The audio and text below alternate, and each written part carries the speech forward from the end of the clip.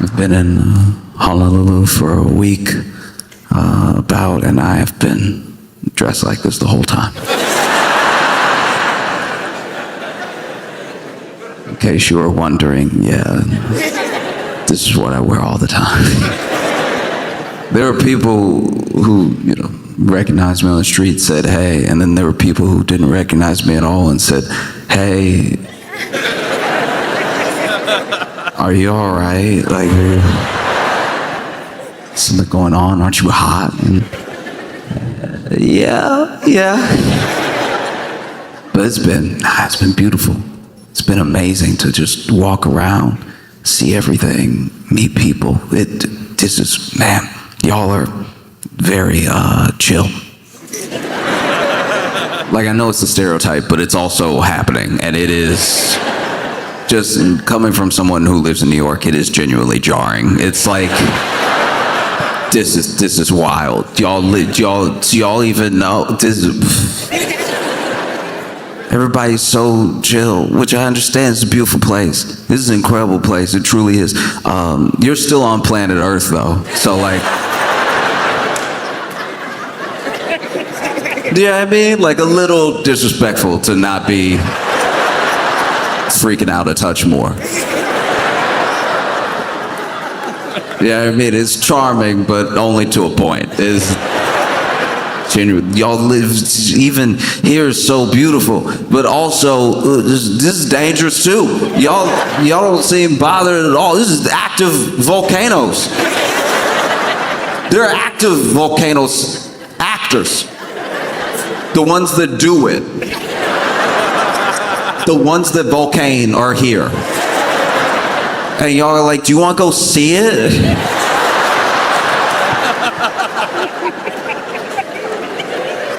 Because it might do it. Wouldn't that be crazy if it did it while we were there and then we saw it do it? Yeah, it would be crazy. It would be insane. No, I think I'm good. I think I'm good watching from the comfort of my TV. It's like, no, you gotta go to witness. It's like, you don't have to be a witness to everything. Sometimes you could just hear a story and it's fine. Active volcanoes. No one's bothered. No one, wow. I've been places where nothing was gonna happen and they were freaking out more. Do you know what I mean? Like, I have friends in San Francisco. And those friends in San Francisco, like, any day now, we could slip into the ocean. We could just break off. We just snap like a Twix. We could just. All right. I mean, if you really thought that, why are you paying a mortgage? That's a little wild, right? That you think you're gonna slip into the ocean, but also, you gotta do something. No, it blows my mind. Oh, it's been so cool to be here. I had no idea what it would be like to see this many roosters roam free.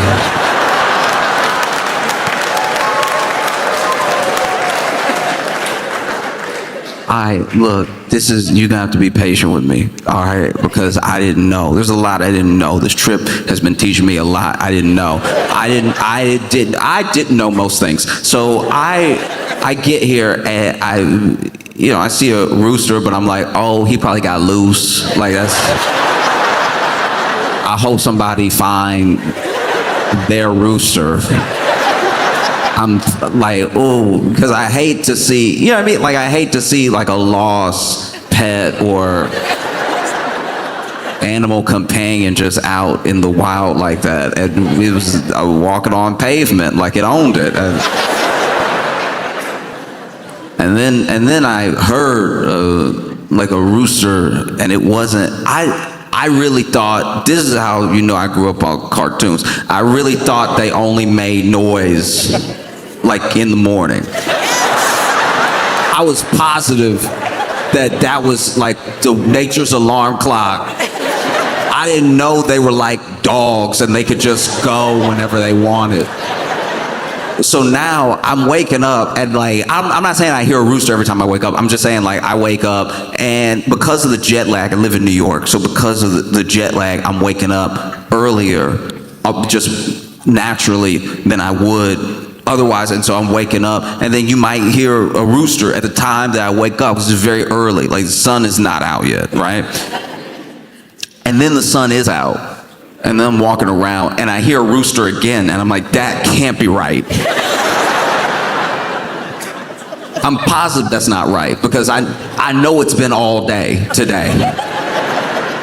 And far be it from me, like whenever an animal is very good at something, I try to just trust that. Like I understand the groundhog thing, we kind of made that up, that's not exactly right, but I still check to see what the groundhog said, right? Because people used to go off of it. Now with the roosters seem completely unreliable. I understand this is the rooster's whole thing, but I will go ahead and start looking for myself. And the way that y'all just don't even acknowledge them,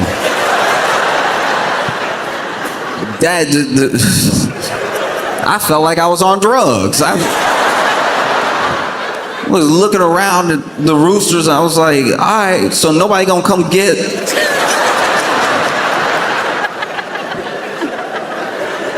You try to call animal control the roosters and they hang up. It's very upsetting. Why would you? I didn't know roosters were like rabbits. Like maybe if you just let 2 roosters hang out for too long, you get 8 roosters and then 16 and then 64. And then no matter where you go, there's a rooster doing, I guess nothing. I don't know what they do. 5 o'clock, I heard a rooster, and I was like, oh, poor baby. He gotta be blind. That's what I see. No, don't do that. That's him guessing. He guessing right now.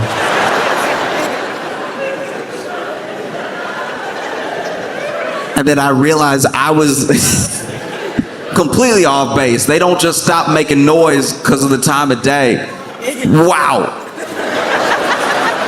You learn something every day you should already know. That's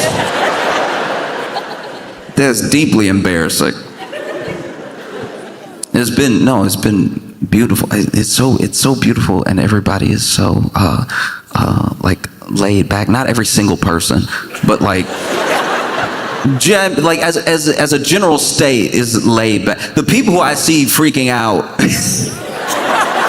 the people who I really see freaking out are not from here. You know what I mean? Like the people, there are a lot of people, like you could tell, you could tell who's like from here and not from here also by how there's a look. There's a look in the eyes of a person who like when somebody just got here, they seem like they could be from here because they're so excited to be here. When somebody just got here, they're like, wow. And once again, just outside looking in, y'all do that too. Like y'all do have just, the locals I've met have been like, man, what a day.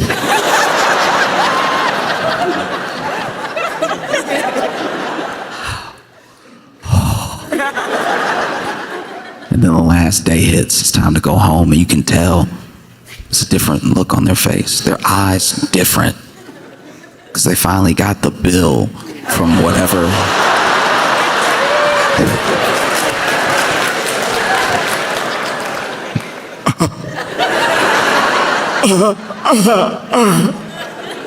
Same mannerisms too, just like. Oh.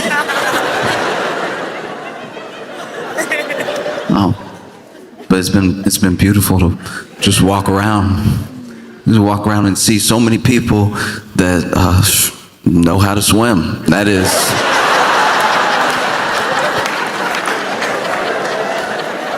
Swimming. Okay, swimming for me has been trial and error. It's been a trial of errors.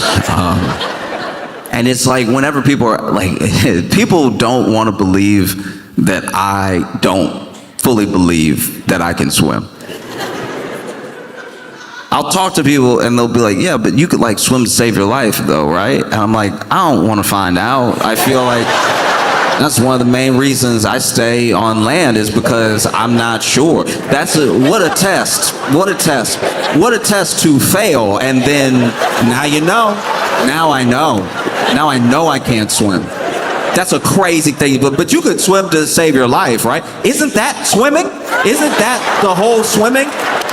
Whether you're swimming for fun or you're swimming to save your life, aren't you still the same amount of upright over the water? That's a crazy thing to ask somebody. Imagine somebody's on crutches. Someone's on crutches and you're like, yeah, but you can like run to save your life, right? It's like, maybe. Why would I want to find that out though? Why would I put myself in a running situation? Why would I on crutches walk up and slap a bigger man than me? Just to see if maybe, who knows? It might be like having 3 legs, having these crutches. And being on 1 foot.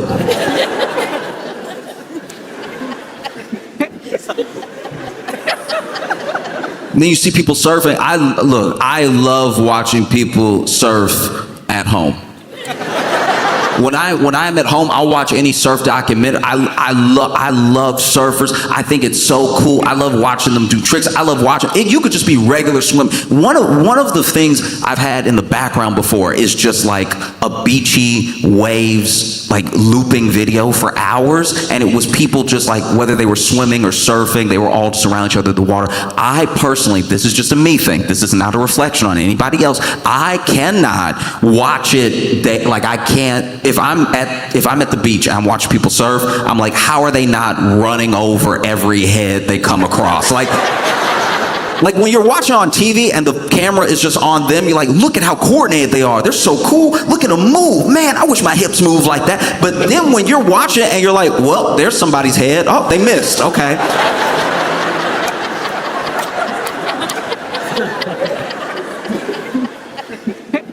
I watched my friends. One time I went to a beach with my friends. My friends went swimming and they came back and they were like, you sure you don't want to get in? I was like, you keep asking me if I could swim to save my life, but then also ask me if I want to get in. I think I'm good. I'm good on the beach right here where it's level, where if I drown, it's my fault. But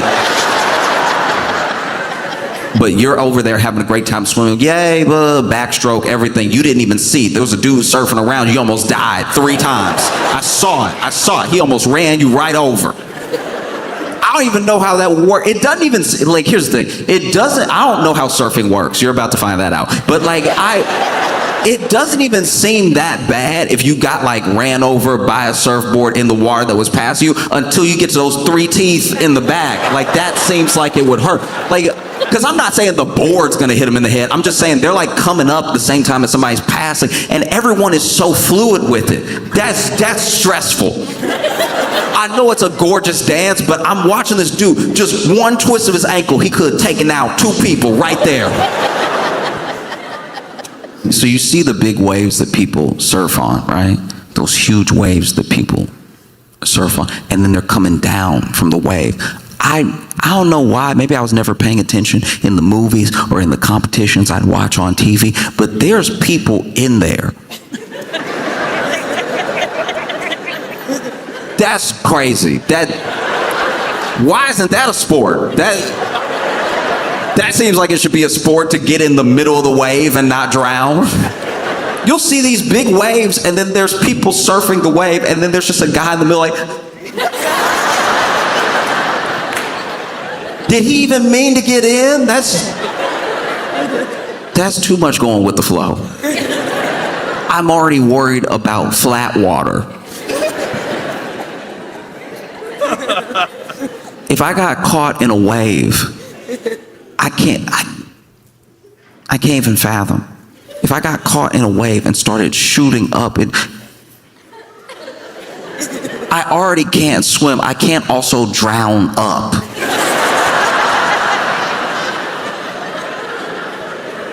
Imagine 10-foot wave, you inside. Which way do you swim when you're up? If you're in the wave, if you're here, where are you supposed to go? You're not even caught in like an undertow getting sucked down. You are about to shoot up in the air. Maybe. I don't know. I don't know how it works.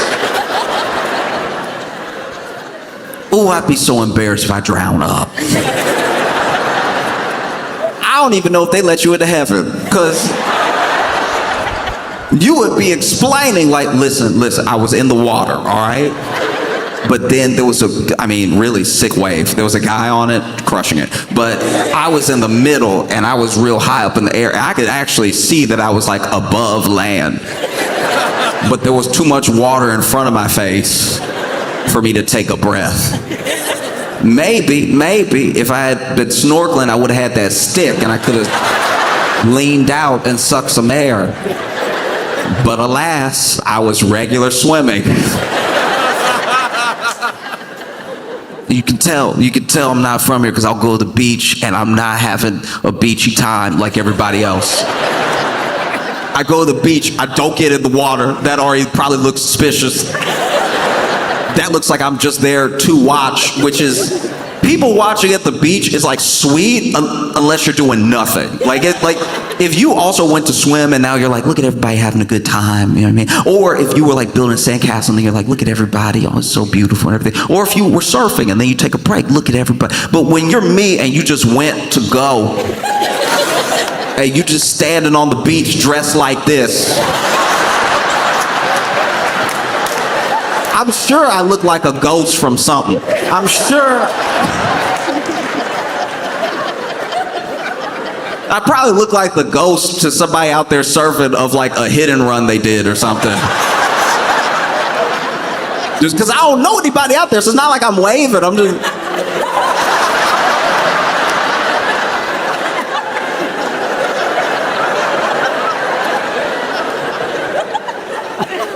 No. I go to the beach exactly dressed like this, and it makes everybody uncomfortable. I'm sure they think I'm the police. Like, I'm positive. This one time I went to the beach and I was just walking. I was truly minding my own business. I even stepped out of my comfort zone. I even took the shoes and socks off. I know you thought that I was doing that already, and I was not. No, when I say dress like this, I mean fully. I mean like head to toe like this. And so I had taken my shoes and my socks off. I was walking, feeling the sand under my feet. I was like, man, I get what people are, wow.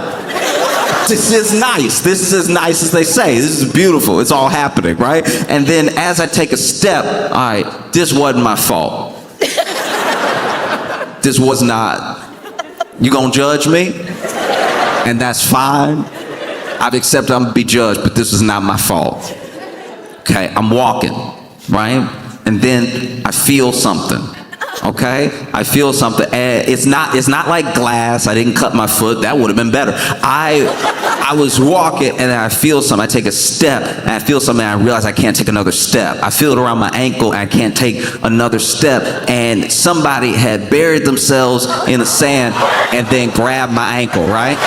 And grabbed my ankle, right? And so grabbed it good too. Like this is crazy. This is the most Mad Max thing I've ever seen in my life. Already buried in the sand, but then grabbed my ankle and I turn around and I see a hand and nothing else.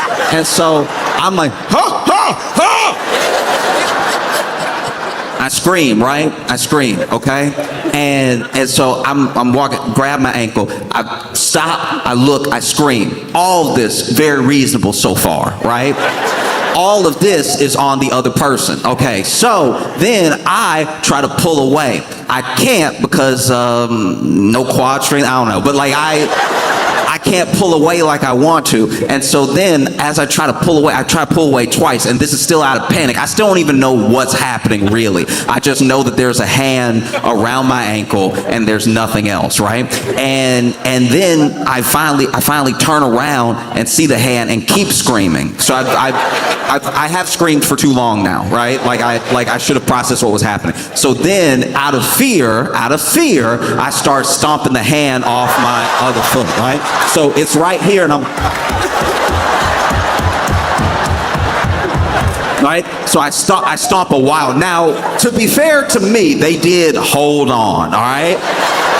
So then I'm stomping. Then they sit up, right? They did sit up, which should have clued me into exactly what was happening, but in the moment only did terrify me more. So then I went from stomping the head, and I did kick them in the head, okay?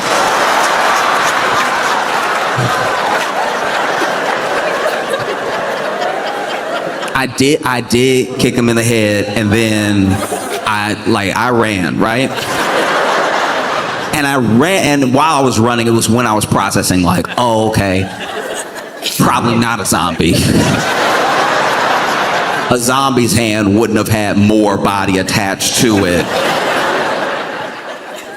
A zombie probably wouldn't have sat up and been a whole person that I kicked.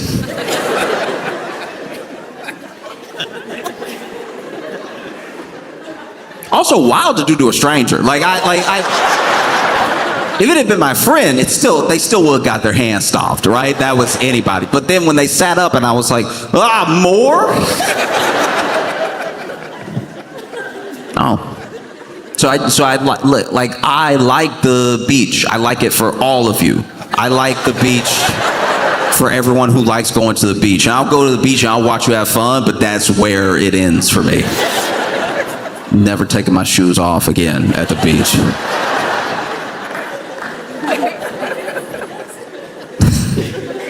Yeah, people are like, but you'll get sand in your shoes. Yeah. Or I could take them off and get hands on my feet. What would you rather? If someone truly came to you and they were like, listen, you could have one random claw on your ankle and foot, or you could have some sand in your shoe. I think you take the sand every time. No. Oof.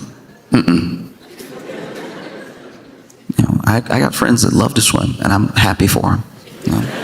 I'm very happy for it. It looks fun when they do it. Sometimes they'll go snorkeling. That's when you I don't know, almost drown, kind of. I don't even fully understand snorkeling because you got the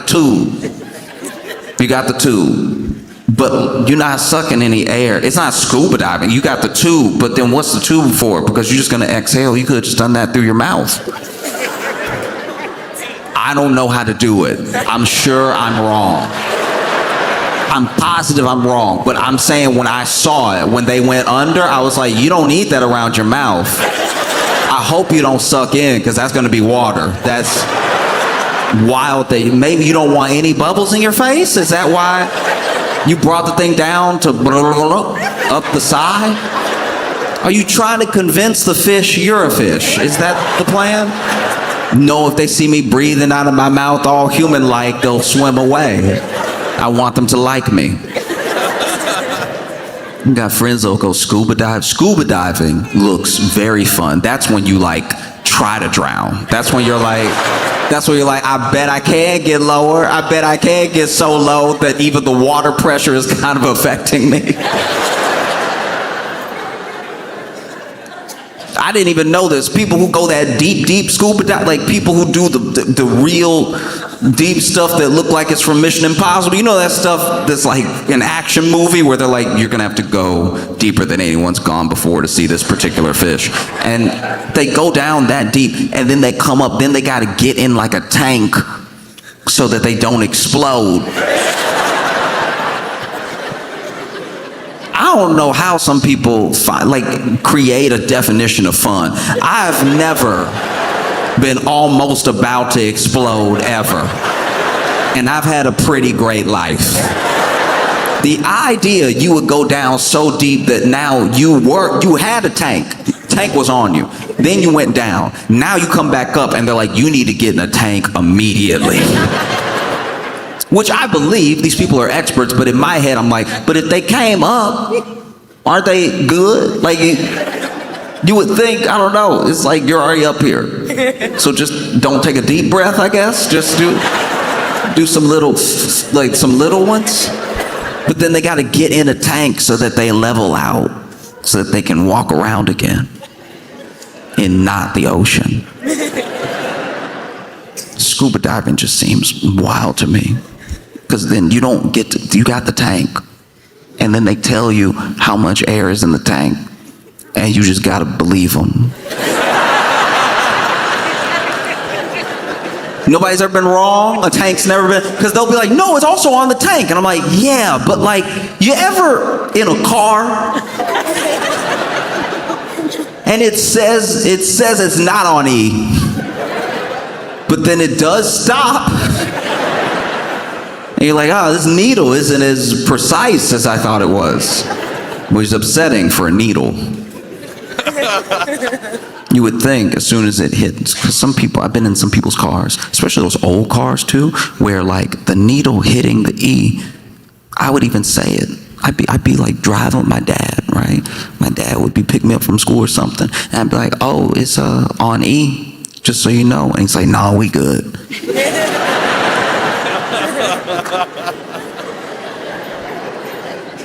And I would say, Father, I know I'm 7, but from what I've heard, I know I'm not a driver. I'm not a driver.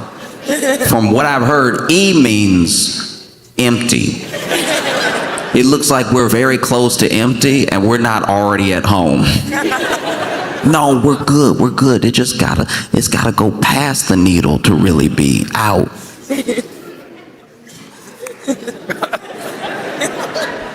Just because it's touching the E doesn't mean we're at E. It gotta go past the E, and then that's E. And I'm like, oh, then why didn't they put the E there? Seems odd that they put the E nowhere near where the E is. It's like, it's just the way cars made, son. I was like, Dad, look, I know I'm little, but I can handle it. You can tell me right now if we're poor, all right? That logic doesn't make sense at all. No, it's on E, but it's like not on E. I'm like, what are you saving up for? Because you see people, I'm sure y'all see people all over, Midwest, Northeast, the South, the western parts of the country, all these people freaking out. Freaking out, and not without reason. You saw leading up to the election, eggs are $12. We had no idea. For everything that we complain about, things are like twice as expensive for y'all.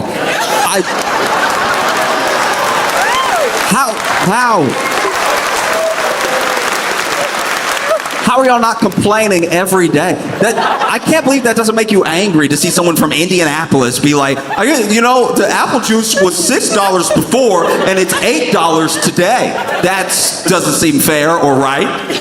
Meanwhile, here it's $22. And not only is it $22, there's one jug. Like even when you got the money, you gotta make sure you get there first. And still, how? And still, y'all are like, with enough time, with enough patience, with enough elbow grease, you'll make your own apple juice. You just gotta.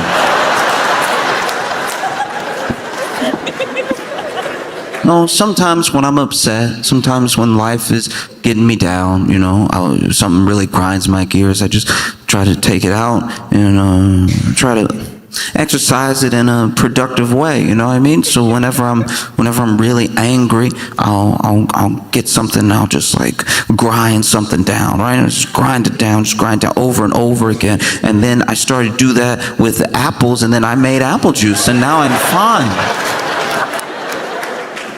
What? No, it's wild. It's wild. Yeah, this is wow. I know I'm still on planet Earth, but whoa. Yeah, I mean, it does feel like, and I'm really not saying this in a way that is just trying to like butter you up or anything, but this does feel like a different dimension, because the 7-Eleven is like nice.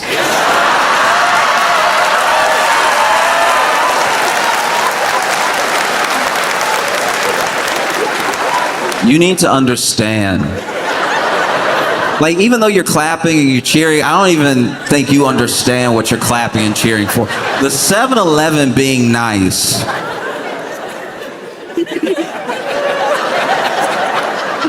The 7-Eleven being nice is like,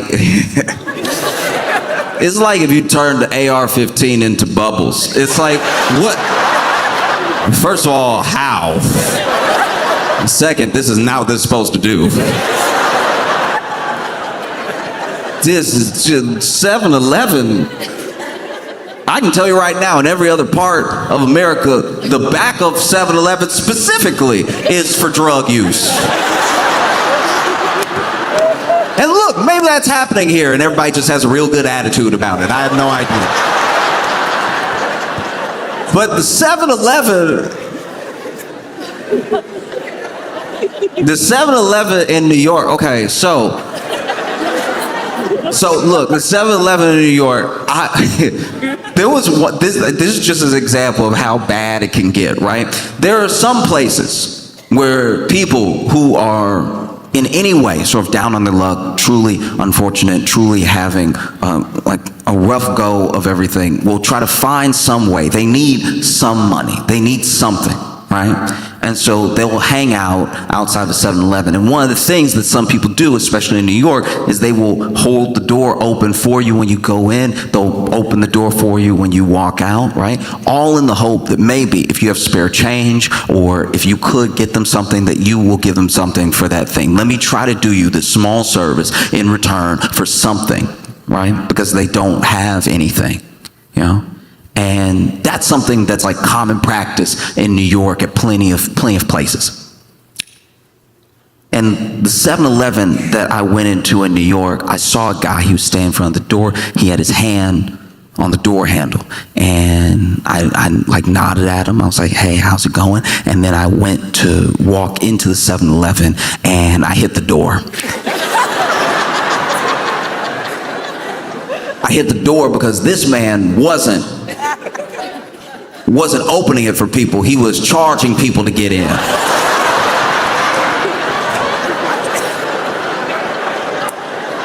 Which is frankly a better business model. That is pretty good. No. You go into a 7-Eleven. You go into a 7-Eleven in New York City. Let's say they just mopped. Let's say the best of circumstances, they just mopped, right?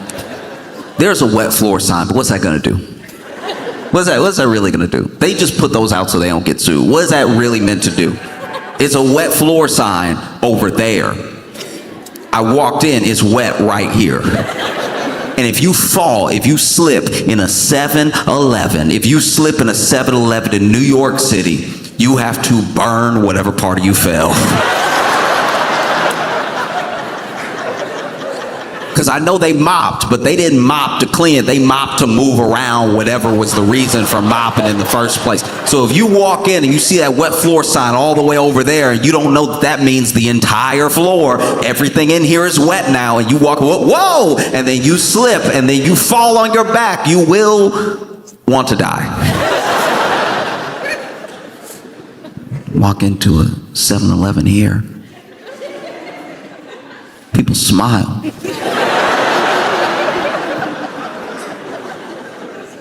I know this is common for you. I know that you don't understand what the difference is. I want you to imagine, goodness forbid, but let's imagine that you went to jail. And when you got there, everybody smiled.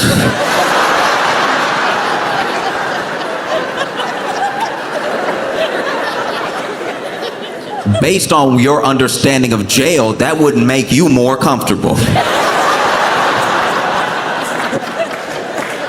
Based on what you think about jail, if you walked in and everybody smiled at you specifically, you would think, uh-oh. And so forgive me if being conditioned by New York City 7-Elevens, walking into a 7-Eleven here and seeing people smile, I don't return it right away. I'm shocked, I'm suspicious. If you walk into a 7-Eleven in New York and everyone is smiling at you, that 7-Eleven is being robbed right now. And these are not sincere smiles. These are the smiles of people who don't want to be shot. This is smiles. You walk into a 7-Eleven in New York and they're smiling at you, you run. You run, because there's not, it's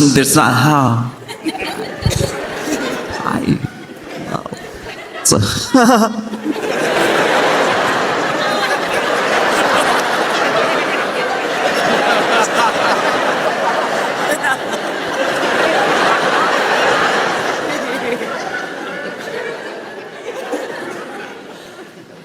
no, people smile at you at 7-Eleven and they aren't even saying anything through their teeth.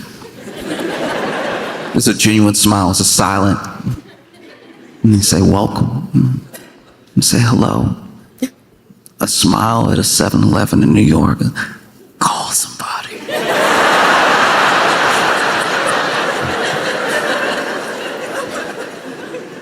It's one with a gun. But I think the other two in on it. Hurry. Not just a nice 7-Eleven with nice people. You got different stuff, which is unfair. You got whole flavors. You got whole flavors I can't pronounce. You go into a 7-Eleven here, and you gotta understand. I've only been to the 7-Elevens I've been to, so. Sorry that I'm uncultured. Everything at the 7-Eleven I'm used to is not like this. You get in there and you get what is this? Hoapia?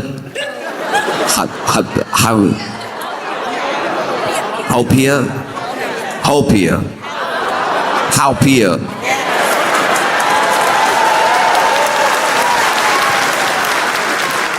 We go to a 7-Eleven and you get a Hopia Slurpee.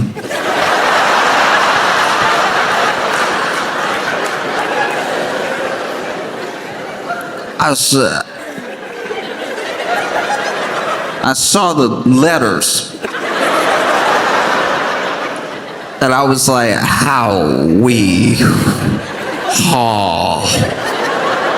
I didn't even say it right just now. Get the Leehing.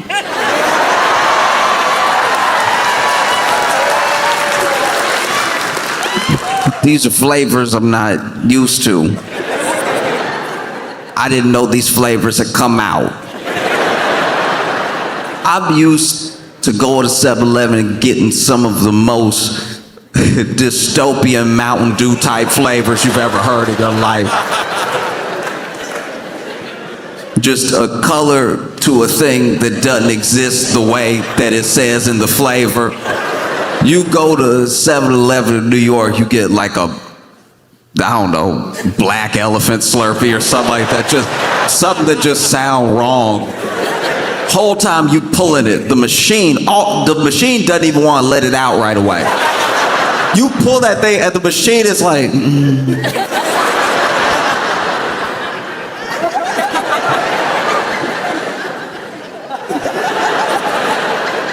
And then after a while, you hold it open long enough and the thing is spinning.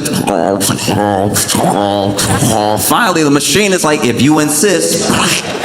And when it hit the cup, it doesn't sound right. When they hit the cup, you're like, something hard inside, something soft.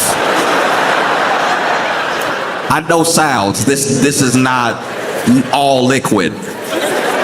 Not even all ice. Something, then y'all put 3 rocks and 4 paper clips in here. I could tell from the way it's falling, because it falls with no integrity. It falls with no real consistency at all. How? How? McDonald's is good here.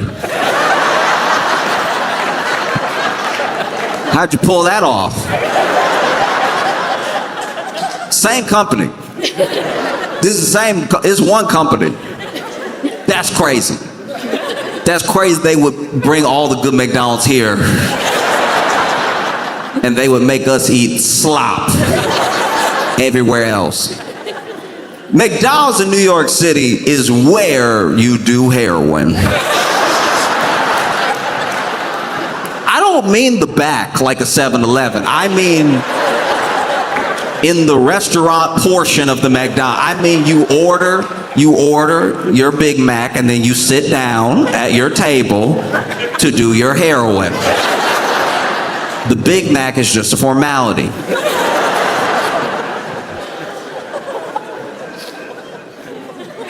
It's crazy. I was in New York. I was going to a McDonald's, not by choice. My girlfriend wanted to go to McDonald's, and so we went into a McDonald's, and all she ordered was an ice cream cone, one ice cream cone, one cone with ice cream on it. You would think that there's no way the devil could get involved. It's one ice cream, it's ice cream. It's ice cream with a cone. It's simple. We've seen it a million times. It's not revolutionary. And they handed her ice cream with a cone. And before she could even take a bite, she felt something. And she turned the cone and there was a Band-Aid. Unless we're having a nightmare, how? How do you just have them in the back ready to go? In case anybody thought they were gonna enjoy McDonald's in New York City?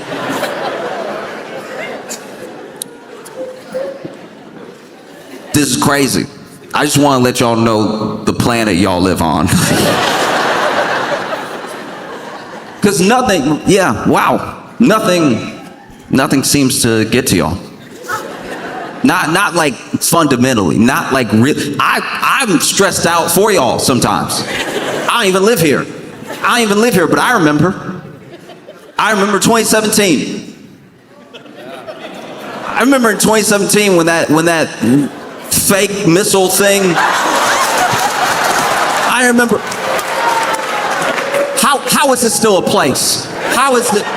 If that had happened in New York City, real estate prices would have dropped because we'd all be dead. Everyone would have. That's crazy. Imagine what was even said in those moments. You get that text, you finally turn to your spouse and you're like, it really hadn't been right between us for a long time. And I want to get that out there because I don't want to die with anything on my heart. And then 15 minutes later, you sitting there, look, everybody said stuff.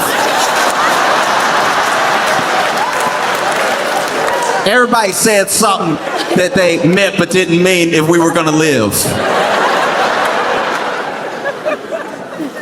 How? Wow. I can't imagine getting that message at work. You at work. You might not even like it here. You at work, and then you get the false alarm. You get the, hey, no, you're actually good. Hey, somebody pressed the wrong button. That blows that's how I can tell y'all are actually really good people. The fact that thing happened and so many bosses went unpunched. Y'all thought you were gonna die. And nobody punched their boss right in the nose. Nobody. This is it. This is it. Because the other message didn't go out right away. People thought they were gonna die for like 8 minutes or something. And that's if you looked again. That's like if you checked. You know, some people reacted the way I would react. There were some people that like found, manhole cover, jumped in, everything. All right, okay. Yeah, you jumped in. There's some sewage. It's stinky. But you would have lived. You would have, you know what I mean? You would have lived. Then there's other people that, wow. I'm not judging. But truly no initiative. Like, truly, I heard stories from people that were like, yeah, it went off and I just finished my TV dinner. And,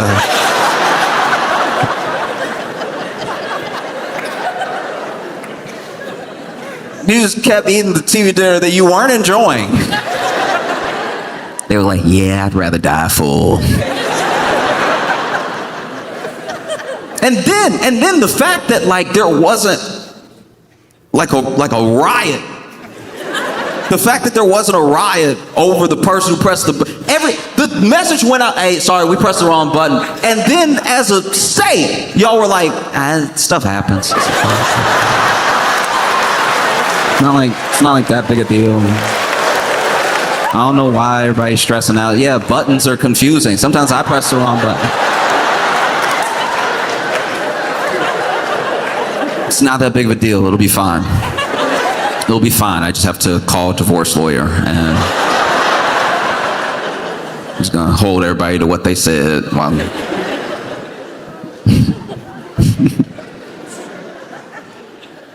that's just not me. That's not me at all. I was in an elevator for too long one time. I told a stranger, I was like, listen, I want you to call this number. This is my mama, all right? In case I don't make it out, I want you to... We were stuck between floors 1 and 2.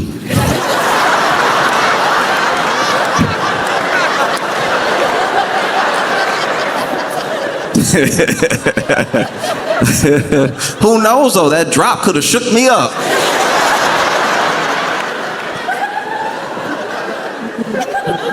No, but I'm amazed. I think, man, I look around and I'm just blown away. You know, there's something very special about being here, which is a reminder that obviously there's more of a commercial presence than there was probably 10 years ago, especially more than there was 30 years ago and everything. But really, when you get here, everything that is so beautiful about being here just requires nothing. It just requires you to be present. There's no, when you look around, there's no amount of money that makes this thing happen. This is just what we've already been given, you know? And especially when you see it in people who appreciate it, it's a reminder that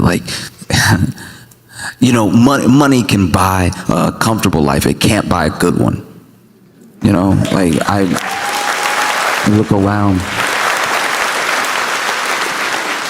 I look around and I try to watch as best as I can and try to be observant. So I know that there's problems and there's people who are struggling and everything, but everything that makes this place special, everything that makes the people special, everything that makes the experiences here unique are things that cannot be bought under any circumstance. You could pay for a nice room somewhere. You could pay for a private cabana. You could do all that stuff, but the actual sunset, the actual sunrise, the people that you meet if you go out and you talk to people, the sort of way of thinking that entire lifestyle, it costs nothing. It only requires that you be here, that you be present for it, you know?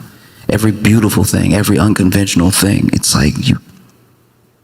there's nothing you can take away from it. No matter how much money you acquire, there's nothing that can prepare you for the natural beauty, not just of a place, but of a people and all the things that surprise you when you're really present somewhere, you know? The fact that the rooster's just gonna go whenever, it's that's insane.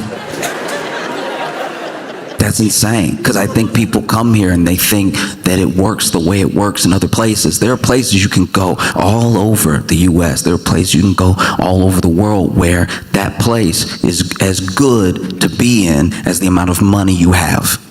You know, you can travel all around the world and I can show you a terrible time in a city. I can show you a great time in the city based on what you can afford, right? And then you come here and it's already here. That blows my mind, you know? That's why I think so many people come here and it's so many people come here with a sort of expectation because maybe they've already spent the money. Maybe they've already dropped crazy money to have a true, like, beautiful Hawaiian experience. They're gonna have their minds blown. They're gonna see so many beautiful sights and everything. And then they get here and they see how much of it was just already here. It's just in the people. It's just in the routes you take to get somewhere. It's just in noticing, you know? And then they leave, and that's why when they leave, they're like, oh, I could have done this oh no. What did I do?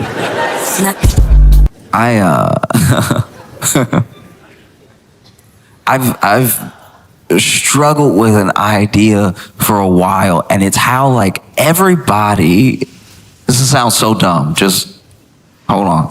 Give me a second. But it is crazy that everybody is a person.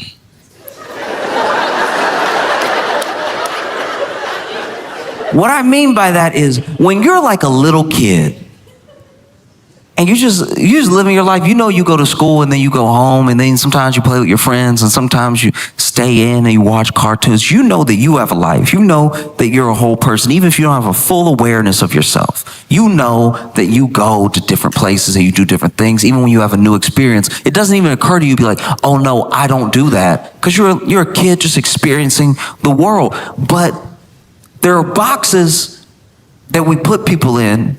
I think it's completely unintentional. I don't think there's any malice behind it. But I remember the first time that I realized that someone who I definitely cared about and I definitely enjoyed their company and I definitely liked was a whole other person. I was a little kid. I was with my mom at the grocery store and we saw my teacher.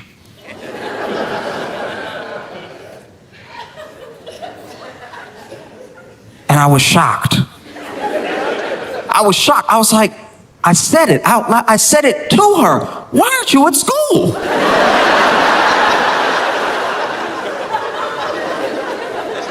If you're here, then whose? It was a crazy thing in my head. My brain was breaking in that moment. I'm this little kid. I've only ever seen her at school. She's supposed to be at school. I shouldn't see her if I'm not at school. And she's over here buying groceries. I was like, you eat groceries?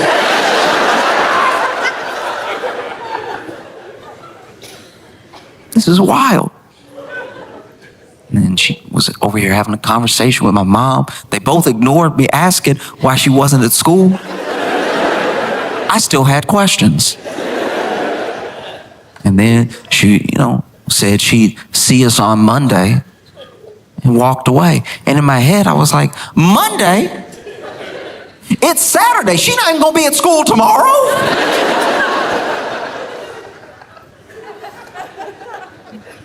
Blew my mind that one of my favorite teachers had like a house.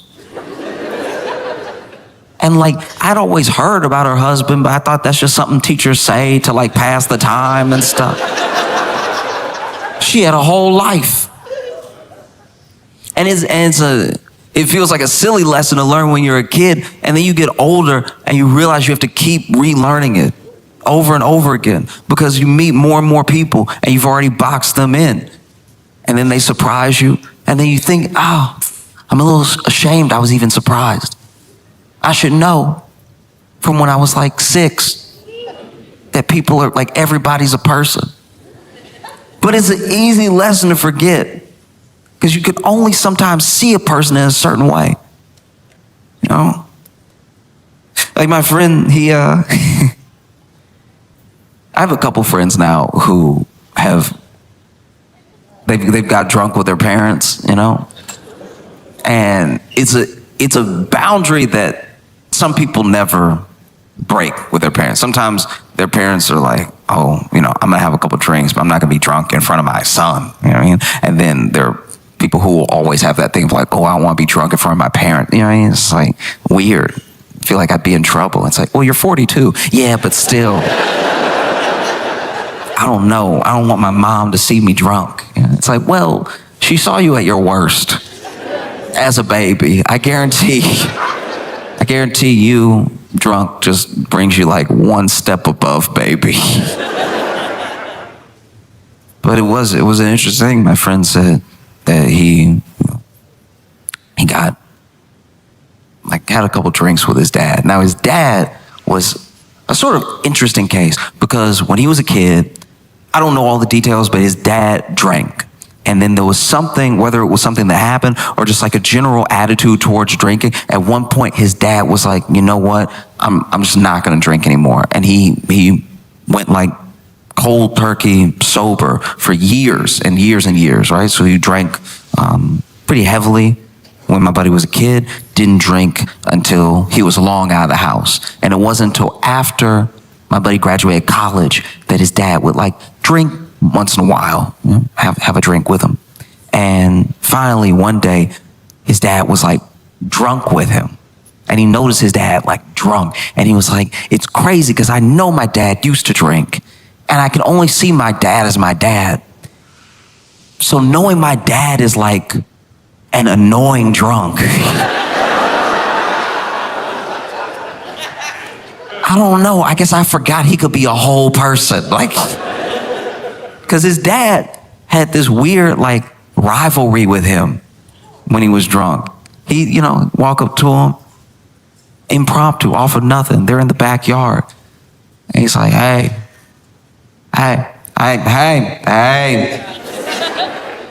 you know, looking good, young man, looking strong, looking tough. I mean, you looking real strong. You know, what? You think you're stronger than me? What? I mean, no, do you think you're stronger than me? We should race. You want to race? And he knows that a foot race with his dad sober wouldn't even be a contest. So he's like, nah, Dad, I'm good. He's like, no, come on. You know, if you're scared, say so. If you're scared, say so. If you're scared, the old man still got it. If you're scared, say so. Said he made it into one of the most annoying songs he had ever heard in his life. Just until he would raise him, if you're scared, say so. And finally, he's like, all right, look, we'll race, fine. And he thinks if he stands up, his dad might just forget, you know, because he's at that level of drunk where he's on a mission, but not a mission he has to complete. Y'all know that mission. It's one of my favorite missions to watch people have on like a night out. You know, especially with like, but one of my favorite side quests in any night out that a bunch of ladies are having is finding one of their phones. One phone will go missing, and it will be the biggest deal in the world for 12 minutes. And then the person whose phone is missing will be like, let's just dance. It's like, all right, but you should go get your phone though. Like, you do need to call an Uber at some point and get home, like, we need your phone. It's like, yeah, but like later, like, I don't know, it's just like, I don't even care. It's like, this is my song. And then it resets, because then like several songs later, it'll be like, yeah, you look so good. I'm gonna take a picture of you. I'm gonna.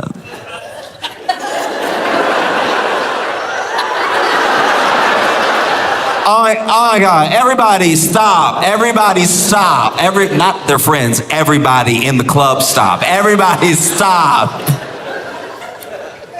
And so this dude stands up thinking like his dad's about to be over it anyway. And he's like, Dad, I really don't want to, like, we're having a good time. Like, let's just chill out. And his dad goes, no, race me.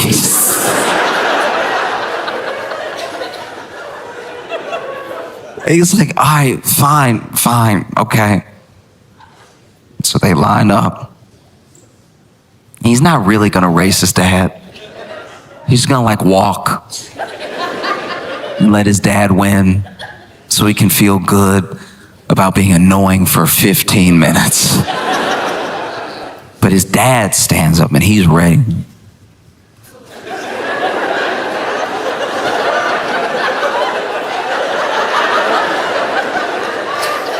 You ever see somebody look at a finish line like it's moving? Like,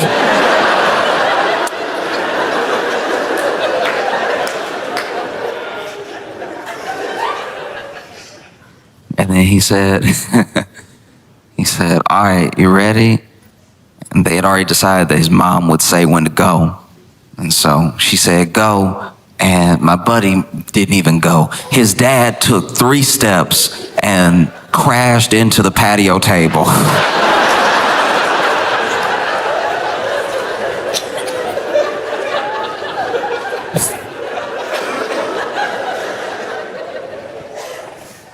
And I don't know, yeah, it's gotta be tough. That's a moment that's like, you just know that now. You know your dad your whole life, and then now you're like, oh yeah, but like after the 5th Jameson, he will. You know. And it changes how you look at your dad a little bit, not even in the form of judgment, just like there's more information, and you see him as like a whole person.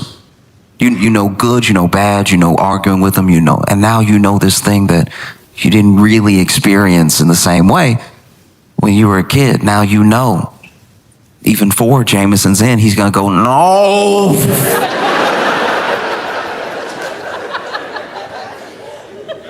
Oh. Like I don't know if it's possible to remind yourself every time, every day, that a person is like a whole person. Because we are like so distant. Person to person. Like when you meet someone that you've maybe heard about, you can only go off your impression. That impression is colored by whoever told you about this person. And it's hard to remember. I try to remind myself all the time that like, we're meeting this person. Nothing nice has been said. But I'm sure they have a dog. I don't know, like some redeeming quality. You try to approach it like that. And you know, I fail at it a lot. You know, sometimes I let, whether it's gossip or just like a preconceived notion, take over. And then you end up being friends with this person. And you feel even worse because you're like, oh, I judged you so harshly when we met. You know, some of my best friends, when I met them, hated their guts. I hated because I was just like, oh, just look at his face. One of my best friends from college, when we met, us meeting was me asking him for a pencil and him going, what? And so I just turned back around. I was like, all right, jerk. Turns out he just didn't hear me.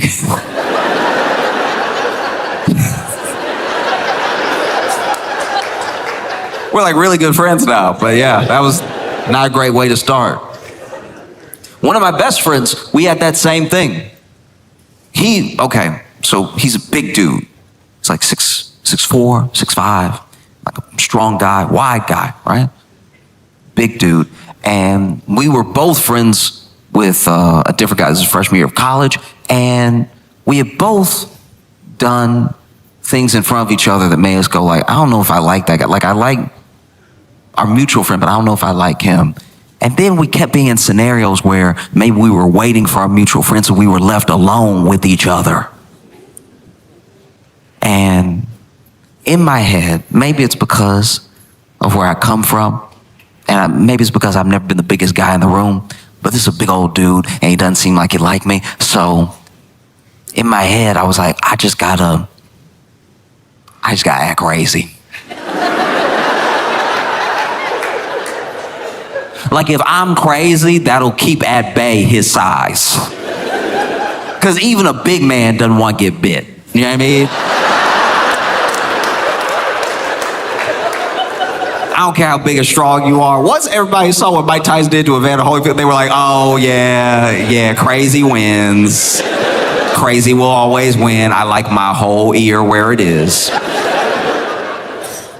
And then he noticed me being crazy.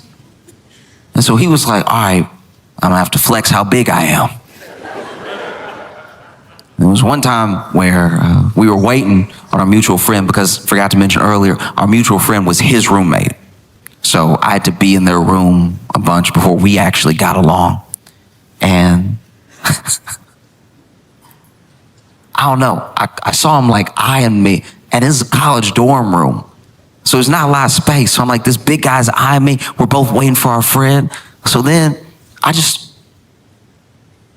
didn't know what to do. So I just started singing lyrics to Kanye West's 808 on a Heartbreak.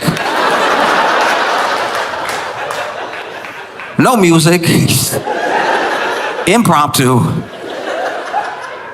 And lyrics I chose were, when I grab your neck, I touch your soul. And I just sang it to the wall, but loud enough for him to hear me.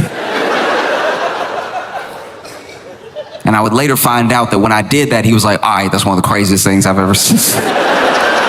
In my entire life, I was trying to mug this dude into submission, but now he sang to the wall, not even facing anything. I don't know what he's talking about. Why'd he sing it too? That's crazy. That's crazy as hell. It's so much crazier to sing than it is to scream. Like if you come across somebody on the street and they scream it, you're like, all right, that's regular. If they are singing lyrics you don't know exist yet, because the album had just come out, if they're singing lyrics you don't know exist yet, get away. And so he was like, I gotta do something. I've got to do something.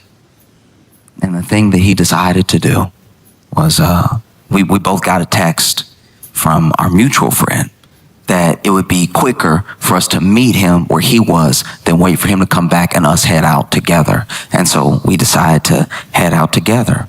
And while I'm in the hallway, it's a long hallway from the door room to the end of the suite. And when I'm in the hallway, I go, ah. And he says, what? And I'm like, I think a mosquito bit me. And I was being completely sincere in this moment. I started itching. I was like, what? And he's like, what happened? I think a mosquito bit me. And then he stands extra tall, every bit of 6'5", lets his eyes dart around the hallway and goes, you hurt my friend. And then he punched the wall as hard as he could.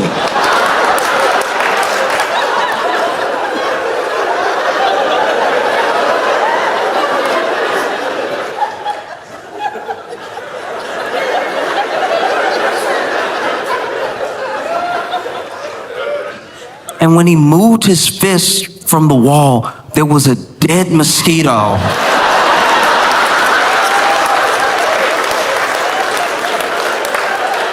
And I was like, oh Lord, he big and crazy.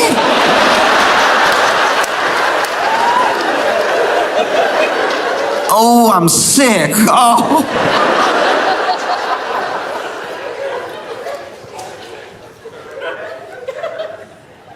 And then we became best friends.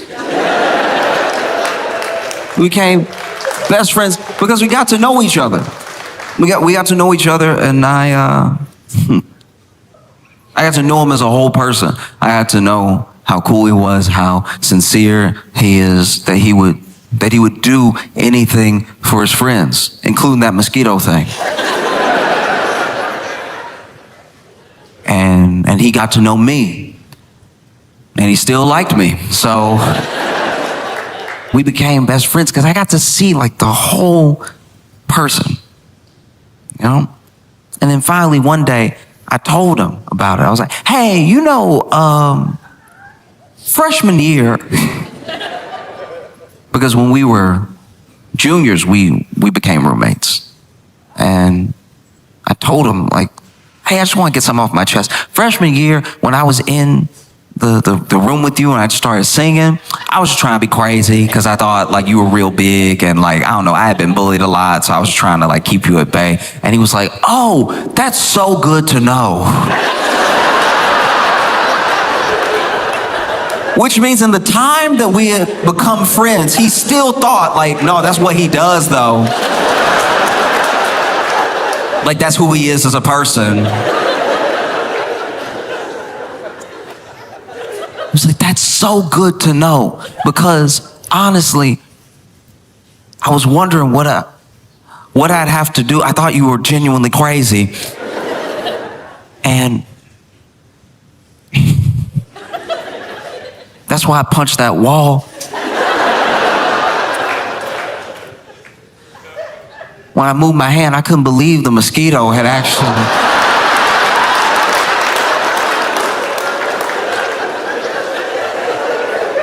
It's wild stuff. Yeah.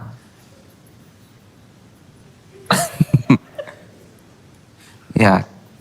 Because it's tough sometimes accepting that someone was like a whole person.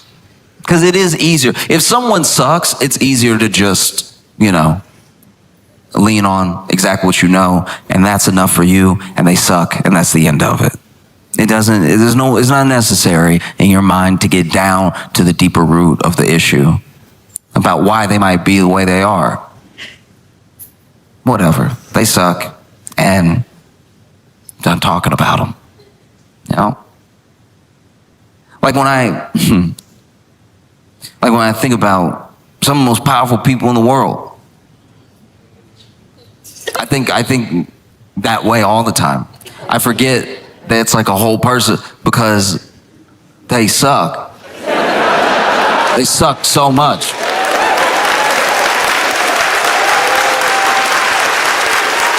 Like, I do my best to not be closed-minded about people. But the more I learn, the worse it gets.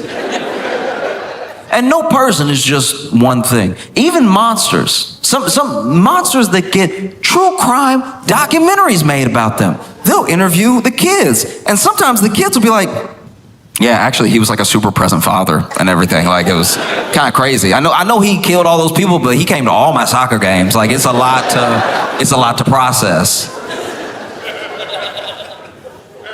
No. Like,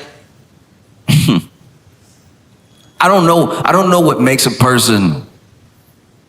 I'm not a psychologist. I don't know what makes a person the way that they are. I just have guesses. Sometimes my guesses are good, and I get to have a conversation with the person and see that I was kind of close. And then sometimes my guesses are totally off base because I don't have their mind. I can't act like I know why someone is the way that they are. I know for certain because of the people that I've been around. I know that sometimes when you grow up with real money, real privilege, it can be very difficult unless you are like delusional enough to accept the position you're in as anything more than like the randomness of who is born to who. It's very difficult to feel like you've made or earned anything yourself. If you are just born into billions, you see that's one of the reasons these people have to like make their mark on the world to prove that they're not just like some accident. Because within those families sometimes, and like, look, I'm not acting like I know billionaires.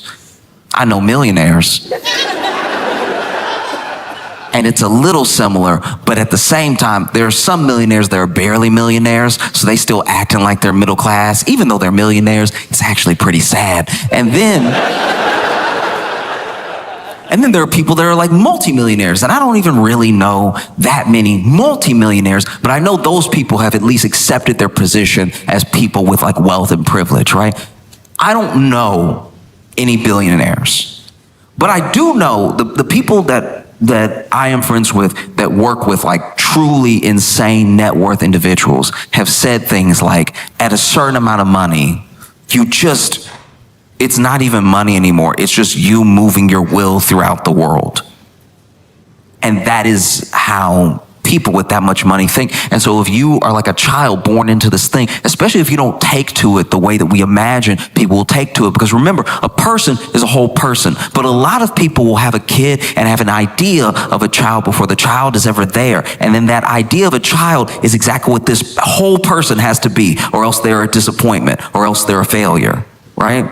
I had the idea of you before you were ever here. And the idea of you that I had was, we play these sports together. I teach you to do this thing. We go to these things. You love the stuff that I love. Those are the hopes of like every parent. Every parent wants to share the things that they love with their kid, and hopefully the kid loves them too. Because as much as you love your sports team, as much as you love your favorite hobby, it'd be so much more enjoyable if the person you love the most loved it too. A lot of people have those hopes. That's common, that's normal. But this like world of wealth, they have an idea of maybe building a legacy, building an empire, and now whoever comes, whatever this child is, they will be someone who can uphold, build up, maintain the empire that I built. They're not having like a child, they're having a vessel to continue their wealth into the future. And that's got to be difficult to grow up in, because yes, you have all this money, you have all this privilege, you have access to all these different things, but there's a person looking at you like you don't even deserve to be here. And then there's everybody else that if you tried to tell them how it felt, they'd be like, oh, I'm sorry I couldn't hear you through all that money. You know, cry me a river. You ever felt a penny before? And so you see people really trying to exercise out all of this trauma in a way where they still move their will throughout the world. So then we become the collateral damage of them trying to exercise demons, because they have the access to change the world the way that they see fit. And that leaves us in a very dangerous position.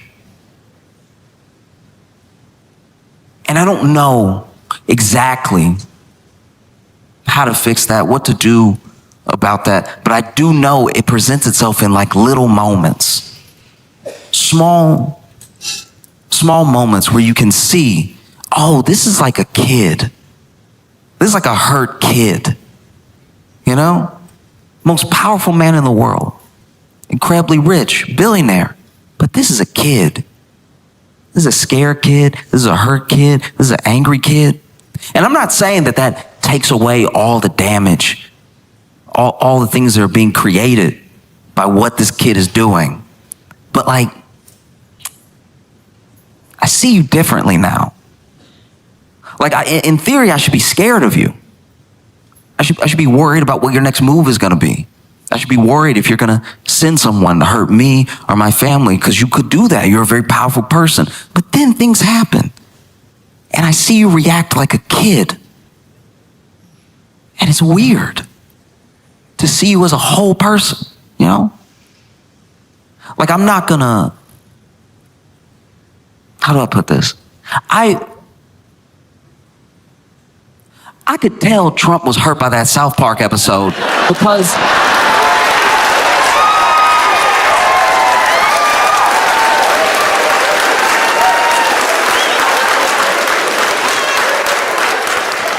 the White House released a statement.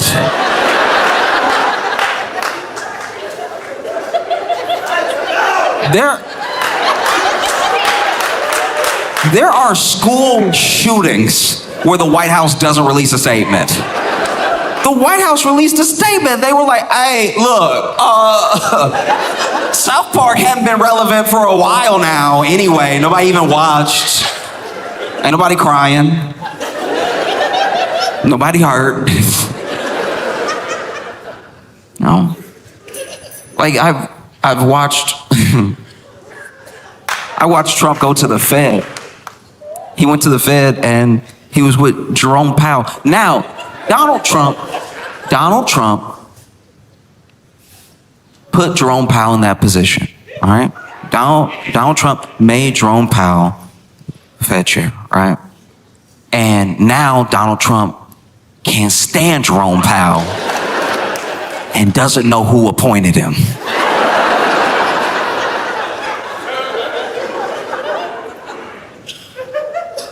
And so he goes to the Fed. I guess they showing him where they make the money, shred the money. I don't know why he needed to go. He goes on a field trip to the Fed. You know, this is a very funny thing about Donald Trump. He has been very rich his entire life, but he still acts like new money.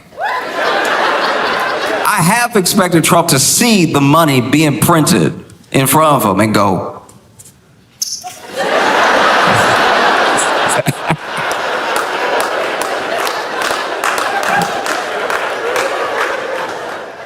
but this dude he's at the Fed with Jerome Powell, and look, you can say numbers. You can say numbers in whatever order you want. No, you can say numbers and he can say more numbers.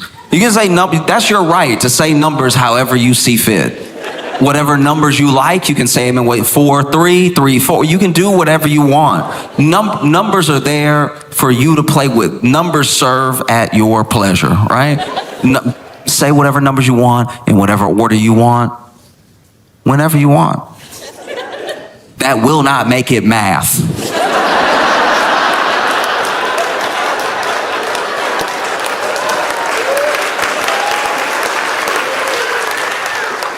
And so Trump is talking to the media, and he just like throwing out numbers. He's saying numbers, right? He's, numbers, good numbers, and some bad numbers. Let's get those bad numbers out of there. Good numbers, more numbers, extra numbers, right?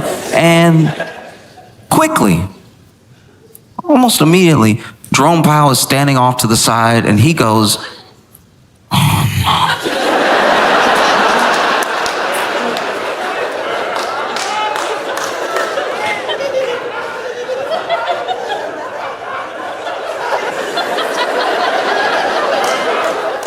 Jerome Powell was shaking his head. You know those people who got like perfect pitch?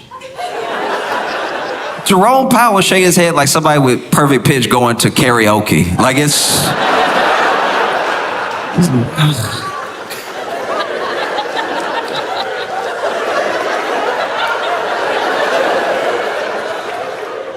And look, this is not something that happens often. No, Trump's used to talking, and when he talks, people either nod or they stay quiet. And we saw this in spectacular fashion in like 2020. Because he would stand up there, and then the people next to him, the people behind him, sometimes you catch them being like, huh?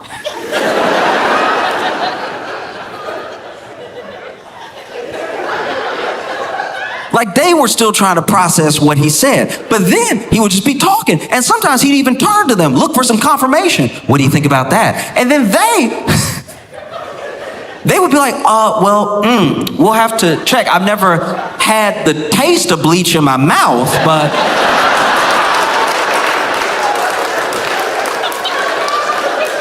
I suppose anything's possible. These experts, these doctors, these people, they weren't doing the thing that they should have been doing, which was because he didn't just shake his head. He said it. He said it out loud. No, no, no, no, no, no, no.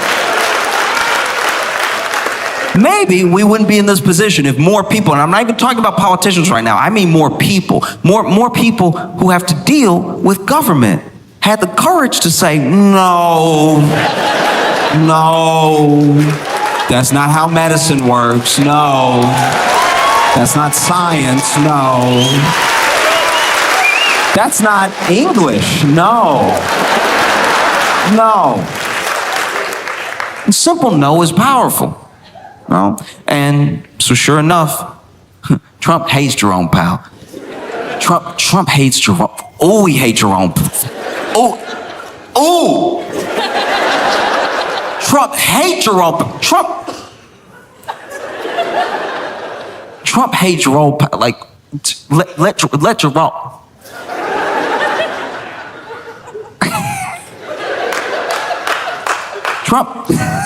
Trump hates Jerome Powell, so he hate him so good. Trump hates Jerome Powell so much, he did something he never does. He did something we haven't seen him do. Either time he's been president, he did something I didn't even think he was capable to do. Trump hates Jerome Powell so much. Through his teeth, he hate him. He hate him so much that Donald Trump did homework.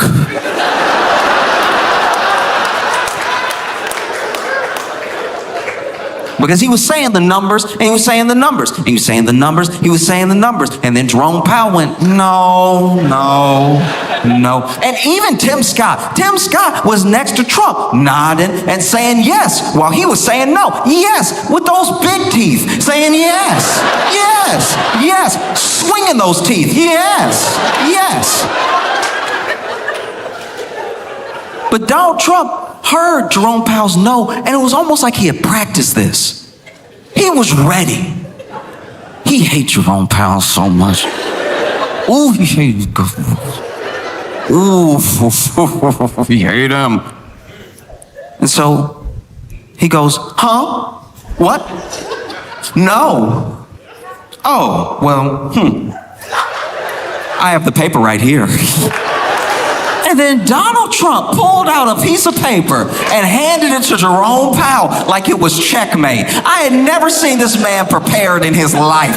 Usually, when Trump has a chart or a piece of paper, it's because he already has a point he's trying to make and he's just using that to illustrate. Trump has never had a Trump card.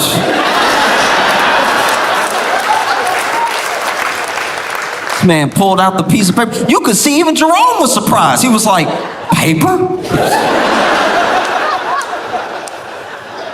Reading? You saw Jerome had to break out the glasses for it. He was like, oh. And because numbers are numbers, because math is at least something that, even if you have bias, even if you have an intention towards an intended goal, the math will still make sense or not make sense.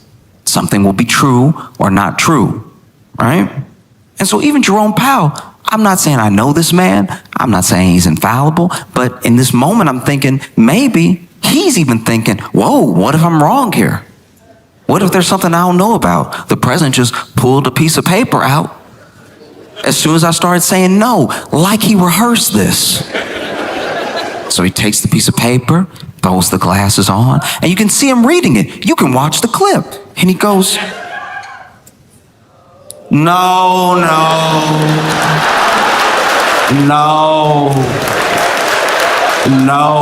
this old, no. What a month, you know? This is a lot has happened. Taylor Swift's album dropped. And OJ died. White women are having a month. This is... Wow, this month is for you specific. The two best things that could happen happened for you. Wow. You'd think this month was really named after a white woman named April. Like, incredible. Taylor Swift is breaking so many records. Like, I'm sure she's breaking them now as I'm speaking. She released her album, it hits 300 million streams in the first 12 hours. It's like, never happened before, ever. And people are freaking out about reading into the lyrics of every song. There's like scavenger hunts, there's everything. And this is the thing for me with Taylor. A lot of people trash Taylor, and I don't know, I don't get it. If somebody likes something, let them have it. Do you know what I mean? Like, it brings people joy. It's not hurting anybody, except maybe Taylor's exes. It's hurting nobody. Like, people are having a good time and stuff. If anything, I hope it makes the world a bit more compassionate, you know? There are a lot of people that like Taylor, and the people that don't get it. But I hope that the people that like Taylor will be able to give some grace, because I think that Taylor Swift,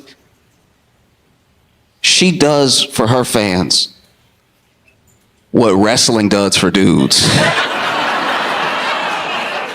Do you know what I mean? Like, because if you're not a wrestling fan, you're like, what are they even doing? Why are they moving all stupid? It's just... But if you get it, you're in it. And you're like, you just don't get it. You weren't there, you know? But they're very similar, you know? If you don't like it, you don't get it, and you're like, who likes this? And it turns out the answer to both is millions of people.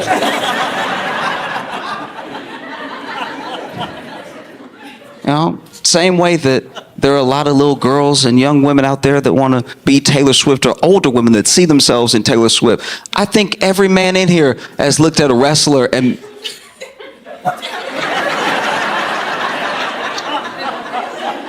every man in here has watched some wrestler at some point and then walked away like, I wish somebody would with me. Like, I wish, I would just,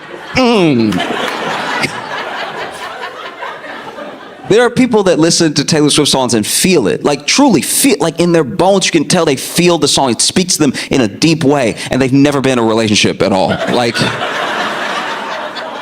Like Taylor's describing her breakup in an exquisite fashion, but then a person who's never been through anything is like, oh my God, yes, yes.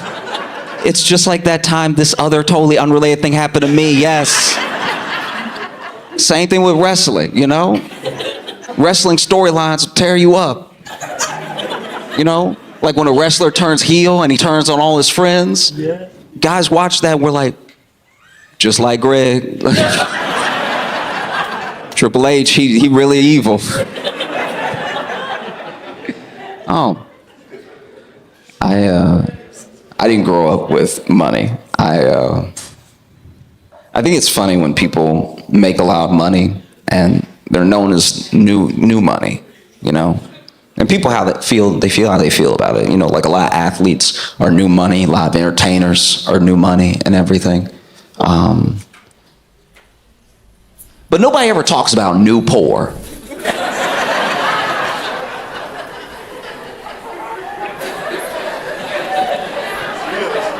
We never talk about new poor, and we don't feel bad for new poor. A new money backstory is always inspiring. It's always like, I came from nothing, and I studied hard, and I played football to the best of my ability, and then I got a scholarship to a good school, a scout school. And then I played every day like the scout was there every day. I put my body on the line, and I still studied as hard as possible in case football didn't work out. But you know what? I had a great game in front of a scout. They brought me out. Next thing I know, I'm getting drafted.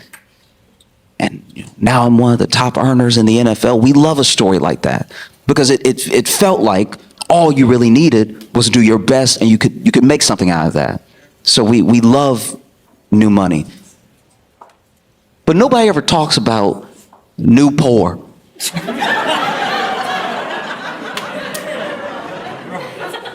Not only do we not talk about new poor, we don't really feel bad for new poor. Yeah, I mean, you ever hear a new poor story where it's like, oh, we've actually, you know, as a family, we were kind of a dynasty. We were rich for 250 years because we owned a lot of farms.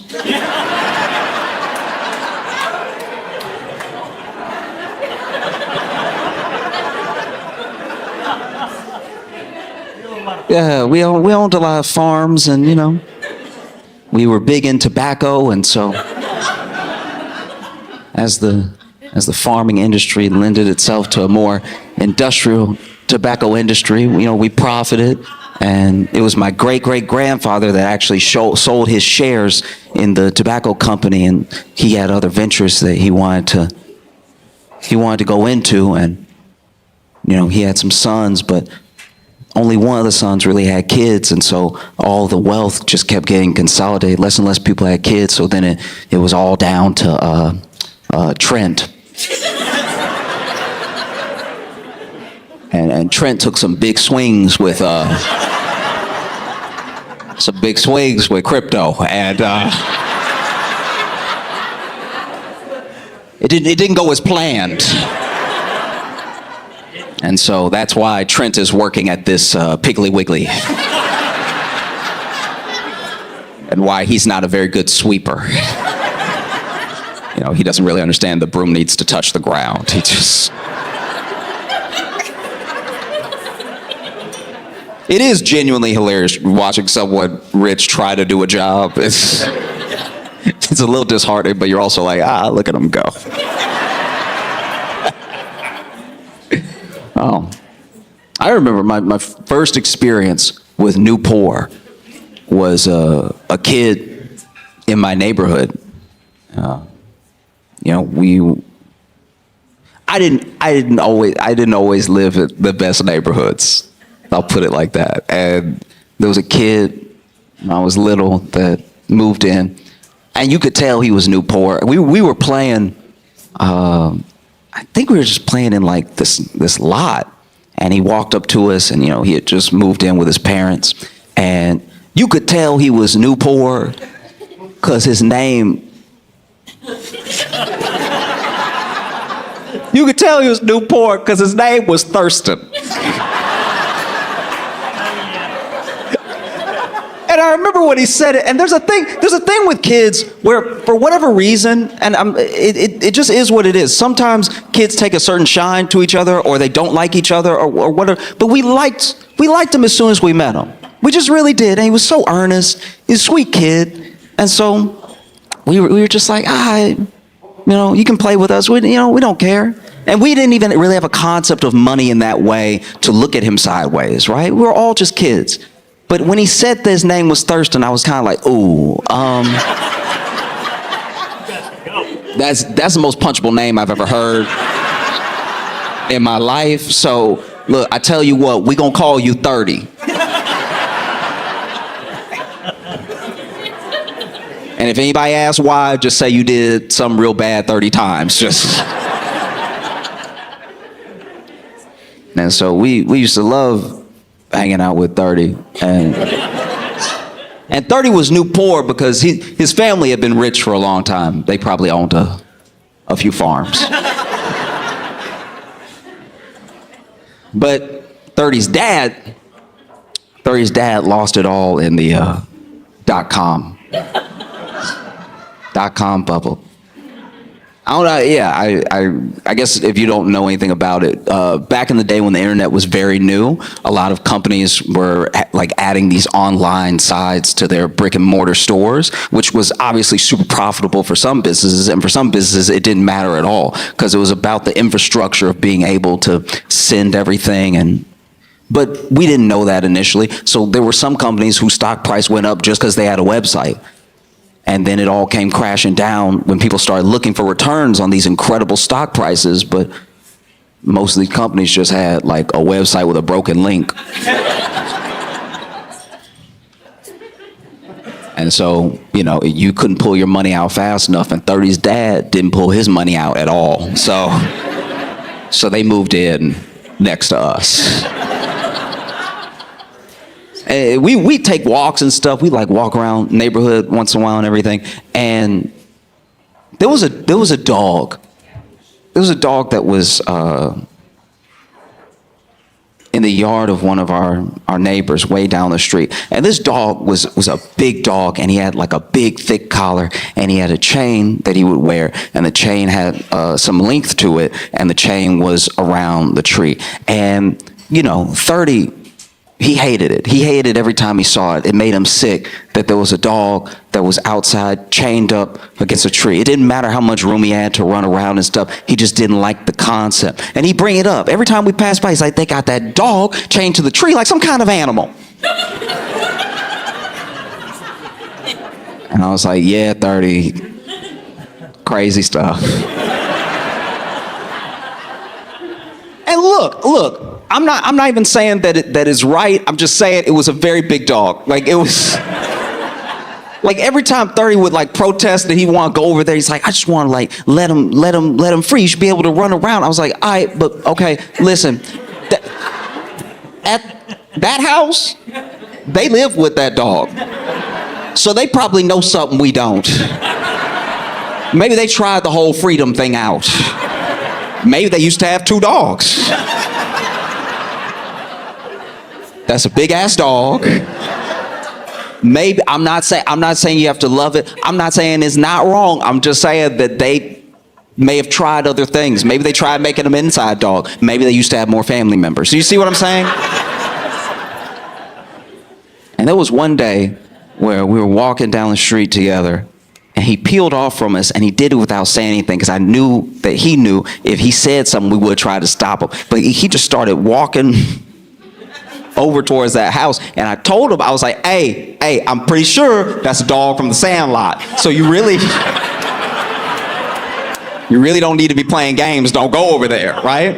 And then even as we saw him kill, we were like, 30, where you going? 30, what you doing? 30, 30.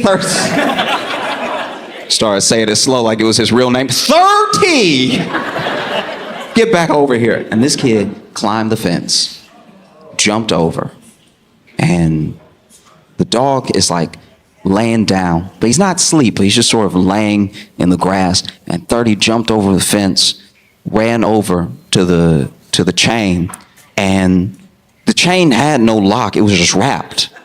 And so 30 pulled it a little bit, released the slack from the end of that chain, and the whole chain just drops to the ground. And now the dog has not been moving. The dog's just sort of laying there. But the dog heard the chain drop, and he felt the slack release on his collar. And the dog turned around and looked at 30, and even the dog was like, "Are you sure?"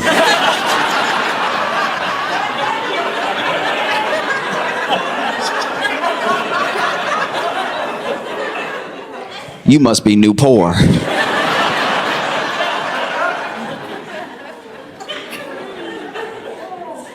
And so the dog turns around and he just, I don't know, just, you know, like when an animal is made of muscle? When they just have like phenomenal National Geographic level power. This dog whipped around and just started charging at 30, right? Now 30, in his very sweet mind, he thinks that this dog is bounding towards him for a hug. And so he actually starts to bend down and open his arms.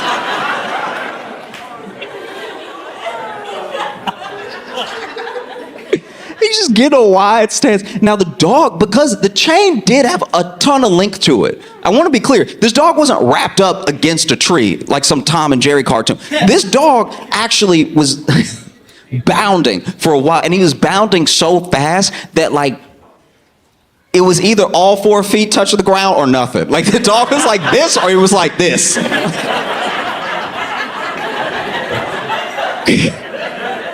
I've never seen a dog float like that. Like the dog is coming at him like a bullet. And from where we were standing, by the way, all of us had been yelling run. We've been yelling run since we saw that the chain had no lock on it. And so then you see 30, just arms open, but even he started to be like,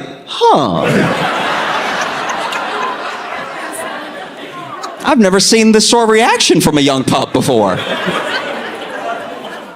And the dog is bounding towards him. And as it starts to really get close, 30 immediately just turns around and starts to run, but his wires are so crossed, he's still in the crab stance. So he's like, ah!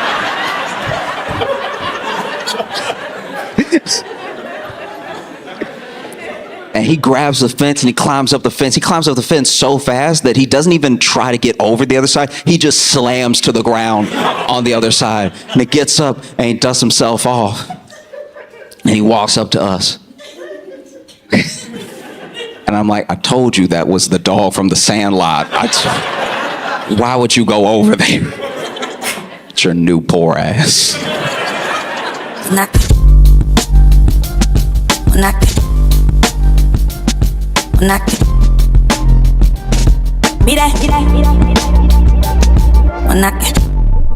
I guess we're all doing better than Diddy.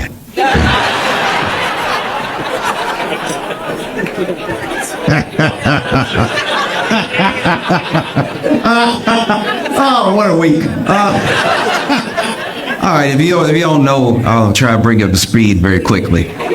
Basically, Diddy has been the devil for decades. And it's really only this year that everything's sort of coming to roost, right? It sort of started with a lawsuit brought by his ex-girlfriend, Cassie. And, in the lawsuit is detailing horrific things you will not, you will feel sick if you read the lawsuit. And Diddy said it was all a lie. Just nothing but disgusting lies about his character, and he settled the lawsuit the next day.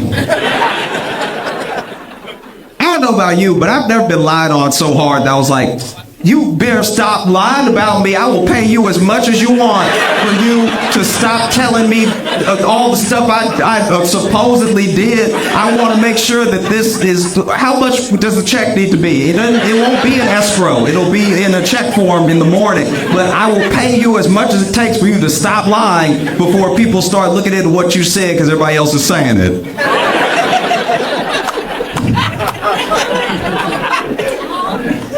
Well, no, it's crazy. And even more recently, more allegations and more investigations have been going into Diddy being an alleged,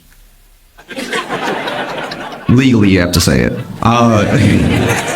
being an alleged sex trafficker and everything, to the point where, this week, the FBI raided all of his houses at once, just to make sure, every single one at the same time, make sure he wasn't house hopping or anything, just going everywhere. They grabbed all the homes and the homies and they pulled everybody outside, and it was truly astounding to watch, because if you've ever watched, like I watch a lot of news, so I remember like the Roger Stone raid. Anytime the FBI or Homeland Security does a raid, it's a weird hierarchy that you notice, because they'll show up to do the raid, right? So FBI or Homeland Security, they'll be fitted up, right? Top to bottom, they got the AR-15, they got the vest on, full body armor, they got the boots, they got the helmet, and then sometimes they actually have backup. Backup is SWAT. So then SWAT is also there dressed like SWAT, and we know what SWAT is dressed like, and then it will just be the regular police.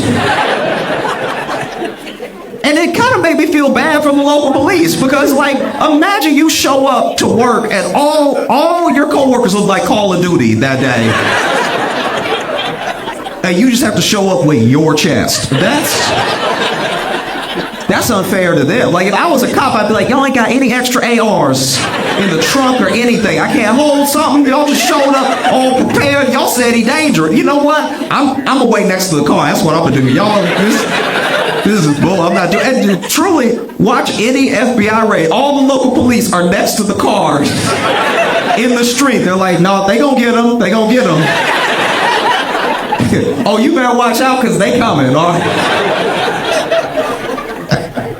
But yeah, they raided all that dude's houses at one time, pulled people out, were like, interrogated people, were trying to look for stuff in the houses. And meanwhile, a lot of people have been waiting on Diddy's downfall for a long time, so they track his movements. And I want to take a quick second, because a lot of people, as this is mainly like a black thing, knowing about Diddy.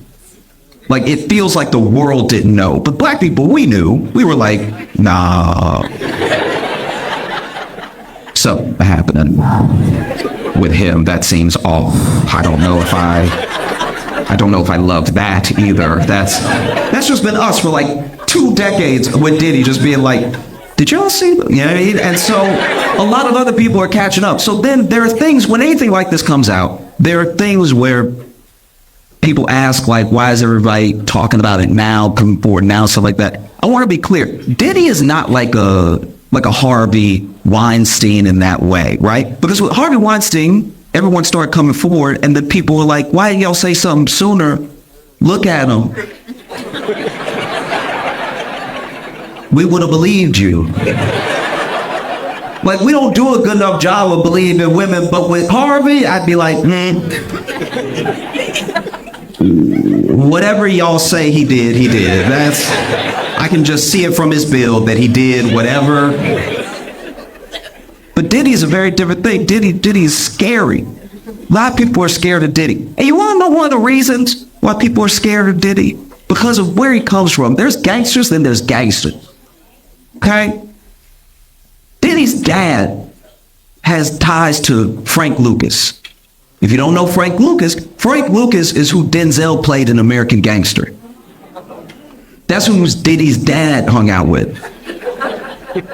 That's who Diddy's dad did business with. So when you ever rewatch American Gangster and you see that scene when Frank Lucas, Denzel, stands up and in the middle, broad daylight, middle of the sidewalk, a dude disrespects him and he pulls out a gun and he shoots him in the head and kills him in front of everybody because he knows nobody will say anything. That's who Diddy's dad ran with, right?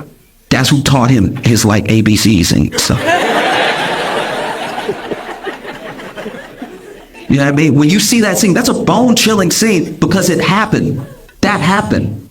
He did that. He killed someone broad daylight because he knew no one around would say anything, right? So when you see that scene and you see Denzel do that, just know that one of the extras in the background, at least one of those kids, is Diddy. That's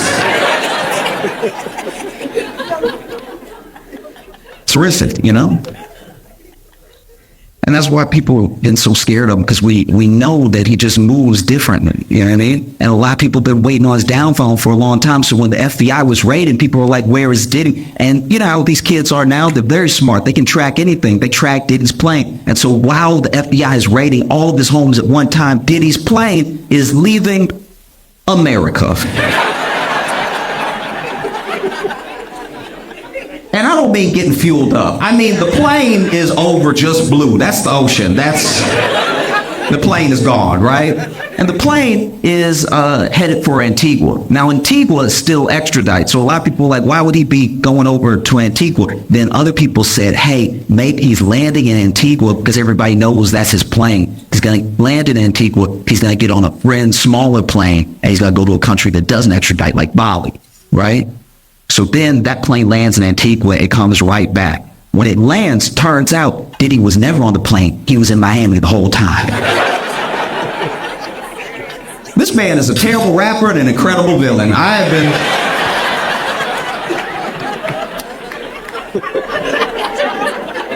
been thrown for a loop consistently with him. Like, this man should be in a James Bond movie.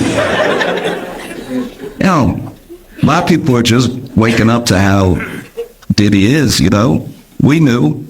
You know how you know that we knew? Diddy's the only black billionaire we didn't root for. It's a very big deal when you get a black billionaire. We're always like, oh yeah, he did it. You know, I remember when that guy, you know, that guy that gave the commencement speech at Morehouse, and at the end of the speech he said he was going to pay for all the kids' student loans. That moment went viral. It was crazy. Kids were crying and everything, jumping up, screaming. I looked it up. I found the guy. His name was Robert Smith. Turns out he's a billionaire. He didn't give me any money, but I was at home like, we got Diddy became a billionaire. We were like, good for you.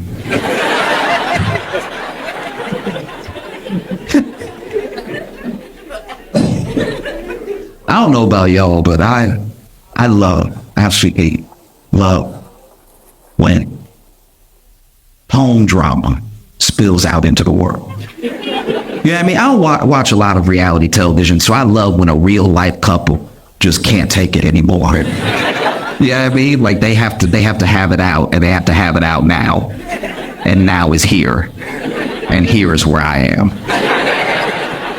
So I get a free show. You know? I think it happens a lot in New York City because we don't have space. Like, y'all have real homes here. Y'all can be like, we will discuss this later.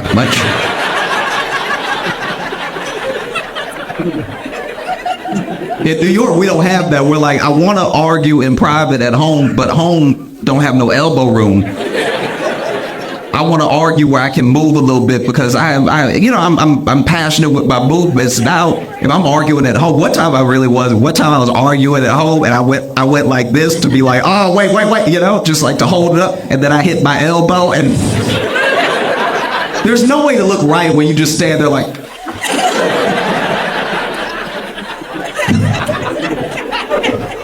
you know. So sometimes couples just have to have it out in that moment, you know?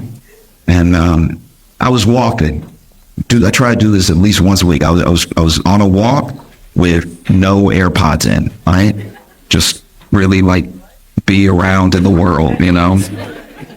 And I think it's an important thing to do because it opens you up to what's happening around you. And I would have missed this had I had my AirPods in. I was walking, and as I'm walking, I see this dude bust out of the door of his house, right? He's running down the stoop of his brownstone, no shirt on, anything, looking terrified, like, and so I turn and I see what I can only imagine is his girlfriend or wife running behind him. And I was like, all right, this seems awesome.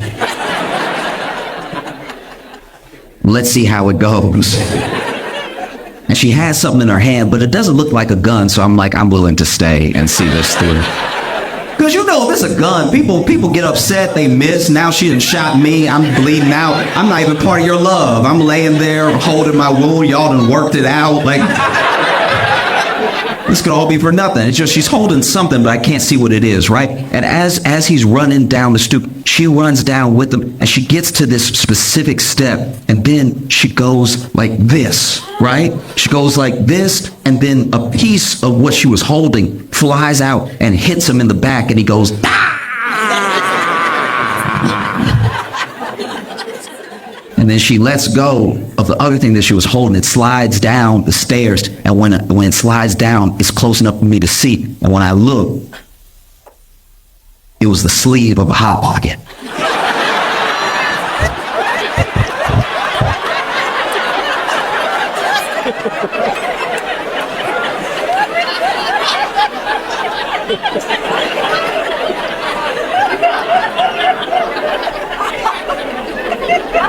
This woman done burned the hell out of this man with a Hot Pocket.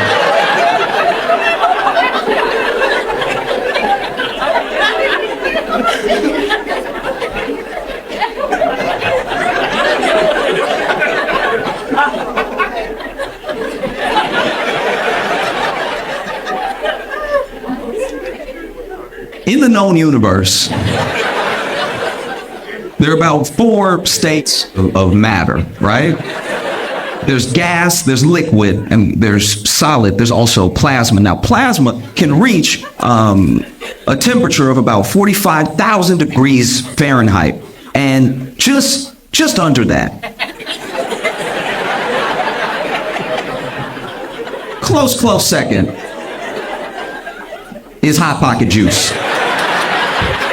Hot Pocket juice must be studied. This will burn your soul. Hot Pocket juice is far too hot. It is absolute insanity, okay?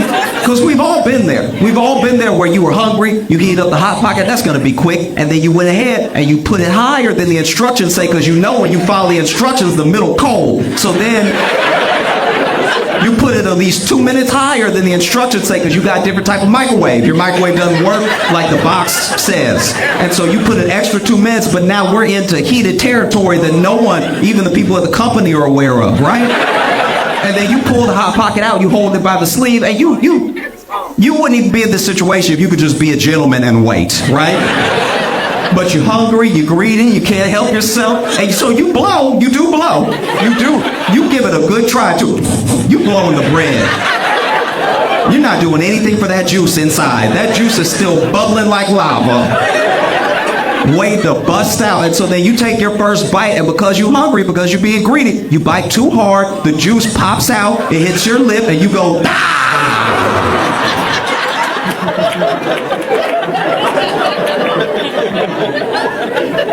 Now you coughing because steam coming out of your mouth because you got the cornbread in your mouth with all the juice burning everything. Burning teeth. Just burning. Inexplicably, just burning and burning and burning. It's terrible. This woman was running after this man. We don't know what he did. I didn't stay for an interview. This woman was running down the stairs after this man and had the Hot Pocket sleeve in her hand and reared back like an ancient weapon. Reared back.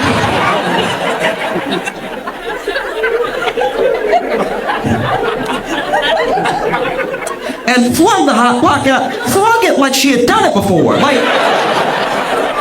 she must be burning him weekly to have this sort of aim.